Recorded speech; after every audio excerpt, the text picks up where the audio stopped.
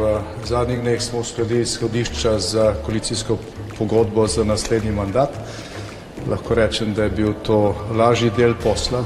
Zdaj nas čaka usklajevanje konkretnih vsebin za koalicijsko pogodbo. Računamo, da za to potrebujemo teden dni časa.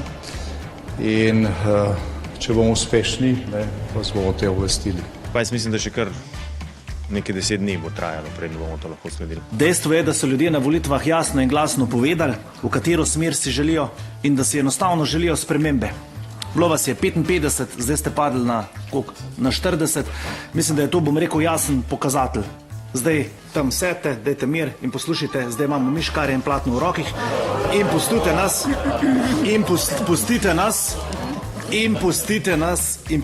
nas, da delamo. Nekdo ne predstavi vsebino, ki se bo skladala z našim programom. In zaenkrat je to bolje uspevalo SDS-u. Mi z njimi zagotovo ne gremo v vlado, ampak smo pa pripravljeni podpreti tistega, ki bo zbral čim več poslancev. Obstaja še kakšen dvom, ali bodo demokrati v novi vladi? Ja, vse je odvisno od vsebine in od skoka. V vlado ne greste? Tako je. Resnica se je odločila, da bo pač v opoziciji. Za tisti del, kjer pač potrebujemo te glasove, računamo, da se bomo uskladili do zadostne stopnje. Predstavljena koalicijska pogodba, kot sem jo jaz videl, kot jo je videla naša poslanska skupina, se v dobršnem delu dejansko ujema z našim programom in veseli smo, da je tako. In potrebujemo polnokrvni skok, spremembo sistema pregona in sankcioniranja korupcije. Upam, da vsi v tej državi premoremo dovolj razuma in modrosti, da bomo vladi, ki prihaja, znali postaviti razumne meje.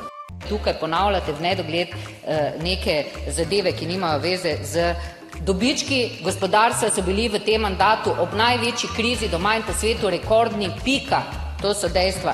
In temu kapitalu služite in ta kapital dela za vas. Zdaj vem, da nekateri niste vajeni delati, ampak danes je delovni dan in ne praznik, pa če tudi bi eni raje bili na kavču, ne? Matjaž, oprosti, mislim, da si ti najbogatejši poslanec.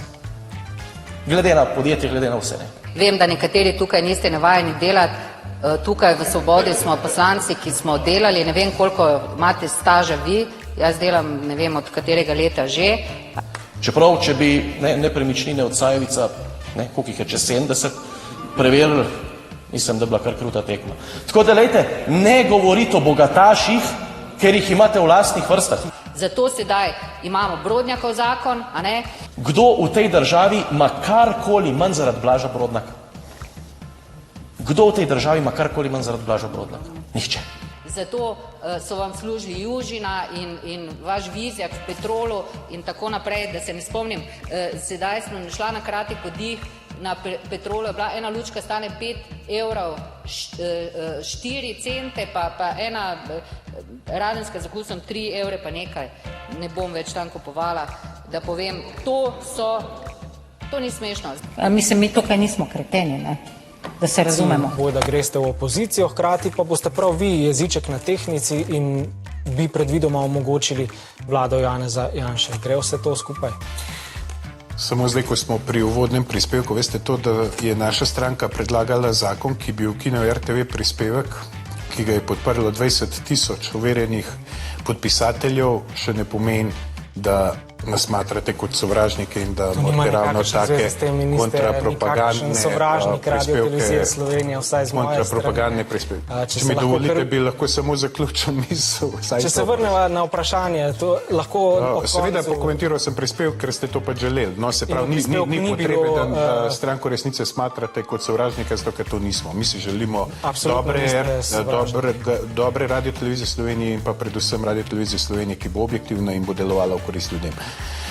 Ste predsednik državnega zbora in predstavnik zakonodajne oblasti. Absolutno, in kot takšen si sploh moram za take stvari prizadevati. Svoboda, SD in Levica 46 glasov nimamo, nismo jih pa hoteli pridobiti z prevarami ali pa zlorabami odločitev ljudi. Poskušajo podkupiti Nedeljka Todorovića, Borisa Mijića in pa Aleksandra Štoreka, pa se jih ne da podkupiti. To je pač nova politika z drugim poslanstvom, ki hoče delati za ljudi. Lahko poveste, kdo je želel podkupiti te poslance, ki ste jih našteli? Da, v zadnjem času predvsem se pojavljajo kontakti z našimi poslanci, predvsem iz stranke Svoboda, z raznoraznimi ponudbami. To bomo še vse preiskali, raziskali in eventualna kazniva ravnanja naznanili policiji. Da dosego dokončnega dogovora predlagam pauzo.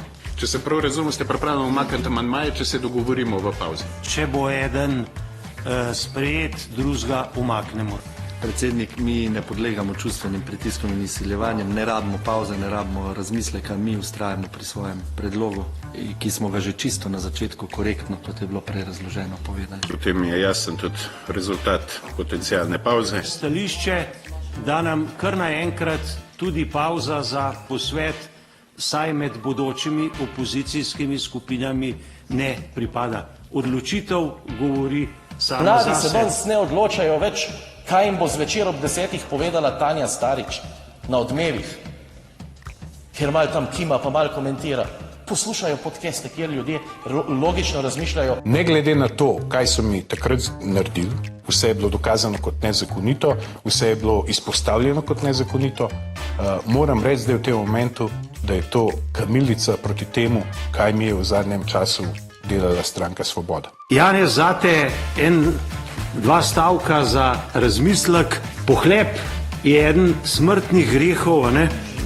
Dvojna merila pa zagotov ne pritičejo krščanskemu etosu. Zahtevaš več, kot ti pripada. Bomo postopkovno napovedali obstrukcijo poslanske skupine na tej seji. Jaz globoko verjamem, da je znotraj te novo nastajajoče skrajno desne koalicije še kakšen glas razuma in gleda to. To je janšizem, fasizem z najbolj idiotskim obrazom do zdaj. Jaz mislim, da ni nobene potrebe, da ste žaljivi. Knjiga prevar različnih razlag se debeli iz dneva v dan.